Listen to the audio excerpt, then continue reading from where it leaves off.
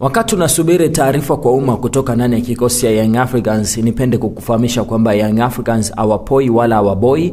Wanachokihitaji ni kuhakikisha kwamba timu yao inakuwa kwenye ule ubora unaotakiwa. Najua hapa katikati kila mmoja amekuwa akizungumza maneno yake na jinsi ambavyo Young Africans ilivyo, kila mmoja akiwa anajaribu kuweka hisia zake kwamba Young Africans hii haichezi vizuri ukilinganisha na Young Africans zilizopita. So wakati kinachosubiriwa ni taarifa kwa umma sasa kuambiwa je, Romain Folz anaondoka ndani kikosi cha Young Africans ama la.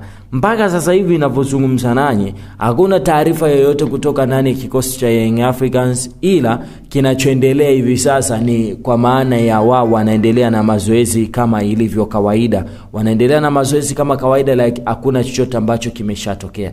So Young Africans siku ya hii leo watakuwa na mchezo wa kirafiki. Huu ni mchezo wa mwalimu kuendelea kuangalia kikosi chake kiko bora kwa kiasi gani na kujaribu kupima ubora mchezaji mmoja mmoja.